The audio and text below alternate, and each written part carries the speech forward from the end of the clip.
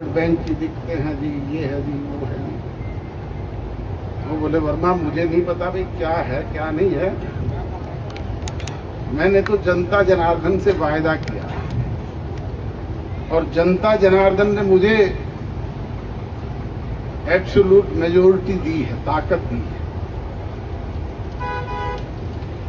ताकत से कानून बनते हैं। मैं हरियाणा प्रदेश की विधानसभा में कल ये कानून बनाऊंगा, लागू करूंगा, सिग्नेचर करना तुम्हारा काम है। तो फिर कोई नुक्ताचीनियां समझाने लग गया तो उसको कहा कि अच्छा एक काम कर, ये फाइल तो छोड़ दे और बाहर एक बीएस ओझा नाम का अधिकारी और बैठा है, तू इस्तीफा लिख जा, उसको भेज दे, वो तेरी जगह कर देगा।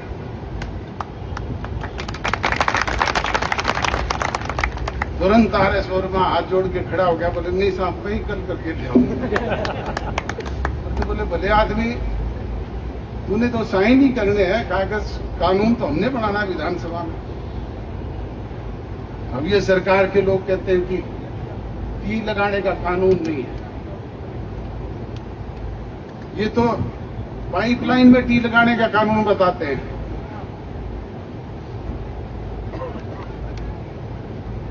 राजस्थान में एक बहुत बड़ी नहर जाती है हरि के पतन से, आजकल उसे इंदिरा गांधी कैनाल कहते हैं, पहले राजस्थान कैनाल कहते थे। उसमें हरि के पतन से लेकर के राजस्थान तक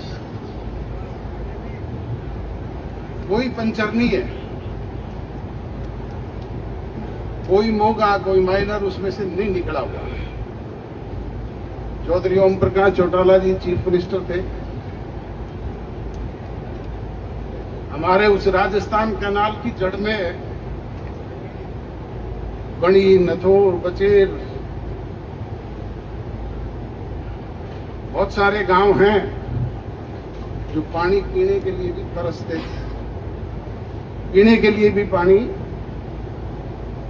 ना नीचे का पानी मीठा था और ना हरियाणा की भाखड़ा का पानी वहां तक पहुंचता था। राजस्थान में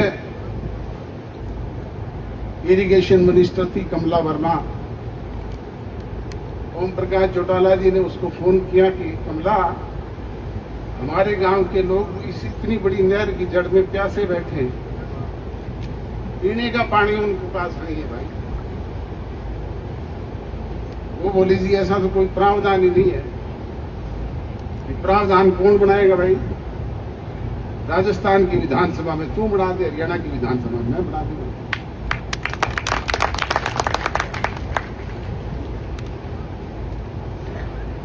बोले जी टेक्निकली, बोले टेक्निकली क्या दिक्कत आया करे भाई?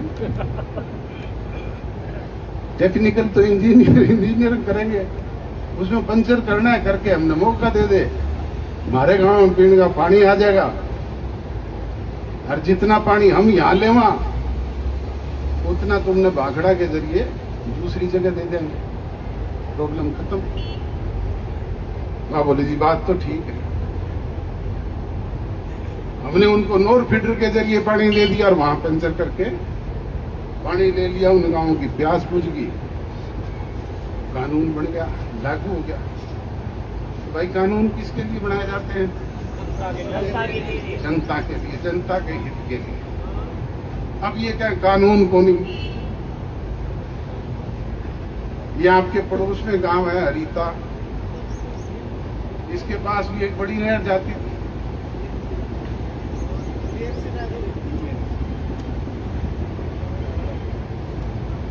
चौधरी बंसीलाल ने कानून बना रखा था कि इस नहर में पंचर नहीं हो सकता, इसमें मोगा नहीं लग सकता।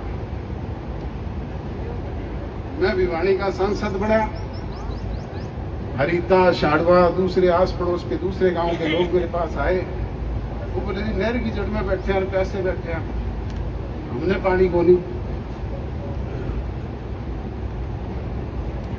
मेरे वही चौधरी देवीलाल जी वाली बात, चौटाला साहब वाली बात ध्यान में आई। मैंने चीफ इंजीनियर को बुलाया, मेरे को भाई इसमें इन गांवों को मौका दे दो। वो बोले जी ये तो कानून हम दे नहीं सकते हैं। वो कानून कौन बनावा है? बोले जी कानून तो आप बनाते हो। तुमको अगले विधानसभा के सेशन में हम कानून बना देंगे और तू इसमें पंचर करके दोनों जगह मौका दे दे भाई। ये पंचर हो गया, पानी लगने लग गया, गांव के लोग जिनमें बाजरा भी को नहीं आया करता वहां धान हुआ है, क्यों नहीं हुआ है? कानून किसके लिए भाई?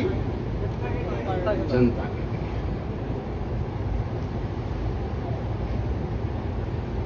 अरे थारे बस की नहीं है तो छोटो कुर्सी हमने दो।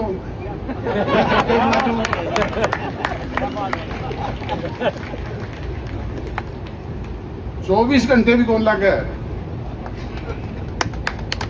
छोड़ सीधी नहर मोड़ के ला दूंगा अचानक में।